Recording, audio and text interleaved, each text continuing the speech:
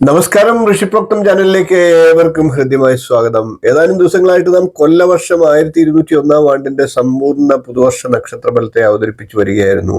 അശ്വതി മുതൽ ചതയം വരെയുള്ള നക്ഷത്രക്കാരുടെ ഫലത്തെ പറഞ്ഞു കഴിഞ്ഞു. ഇന്ന് അതിന്റെ തുടർച്ചയായിട്ടുള്ള വീഡിയോ ആണ്. ഇപ്പോൾ നമുക്ക് പൂരിട്ടാതി നക്ഷത്രക്കാരുടെ കൊല്ലവർഷം 1201 എങ്ങനെ ഉണ്ടാകുമെന്ന് പരിശോധിക്കാം. അതിനു മുമ്പ് പൂരിട്ടാതി നക്ഷത്രക്കാരുടെ പൊതുവായിട്ടുള്ള സ്വഭാവ സവിശേഷതകളെ ഒന്ന് പറഞ്ഞു പോകാം.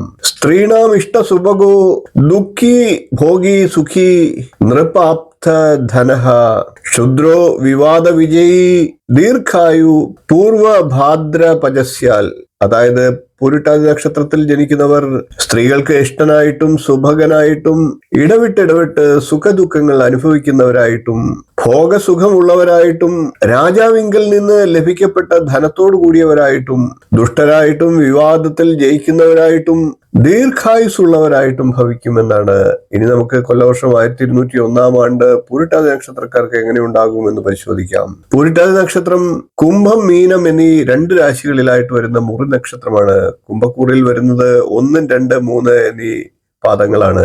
മീനക്കൂറിലാകട്ടെ 4ാം പാദം മാത്രമാണ് വരുന്നത്. 7 ശനിക്കാലം തുടരുകയാണ്. അതുകൊണ്ട് തന്നെ എന്ത് കാര്യങ്ങൾ നേടിയെടുക്കാനും കഠിനാധ്വാനം വേണ്ട സാഹചര്യം വന്നേക്കാം. വ്യാഴം 5ലും 4ലുമായിട്ടാണ്.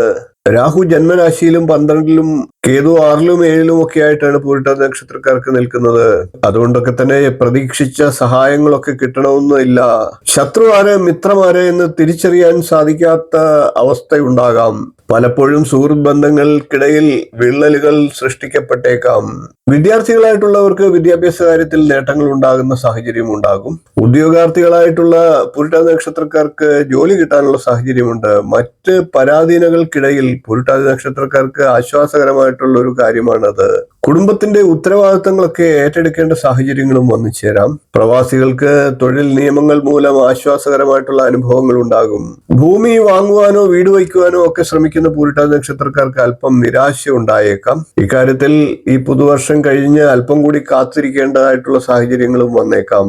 പ്രണയബന്ധത്തിലൊക്കെ ഉള്ളവർ അത് വീട്ടുകാരുടെ എതിർപ്പിനെ നേരിടേണ്ട സാഹചര്യങ്ങൾ ഉണ്ടായേക്കാം. മാതാപിതാക്കൾ ആലോചിച്ചുറപ്പിക്കുന്ന ജീവിത പങ്കാളിയെ കണ്ടെത്തി വിവാഹം നടത്താനുള്ള സാഹചര്യങ്ങളും ഏറെയാണ്. പൊതുവെ സാമ്പത്തിക സമ്മർദ്ദത്തിന് അല്പമെങ്കിലും അയവ് ഉണ്ടാകാനും സാധ്യതയുണ്ട്. 7 ശനിക്കാലമാണ്. അതുകൊണ്ട് തന്നെ കഠിനമായി പരിശ്രമിക്കുക. സത്യസന്ധമായിട്ട് ജീവിതത്തെ മുന്നോട്ട് കൊണ്ടുപോകുക. അതിലൂടെ മികച്ച അനുഭവങ്ങൾ നേടിയെടുക്കാനായിട്ട് സാധിക്കും. പൂരിട്ടാതി നക്ഷത്രം അറിയേണ്ടതെല്ലാം എന്നുള്ള എന്റെ വീഡിയോ കണ്ടിട്ടില്ലാത്തവരാണെങ്കിൽ കാണുക. ആ വീഡിയോ നിങ്ങൾക്ക് നല്ല അറിവ് നൽകും. 2 ഭാഗങ്ങളിലായിട്ടാണ് വീഡിയോ ചെയ്തിരിക്കുന്നത്. വീഡിയോയുടെ ലിങ്ക് ഡിസ്ക്രിപ്ഷൻ ബോക്സിലും എന്റെ സ്ക്രീനിലും കാർഡ് രൂപത്തിലും ഒക്കെ നൽകുന്നുണ്ട്. വീഡിയോ കാണുക, പ്രോത്സാഹിപ്പിക്കുക.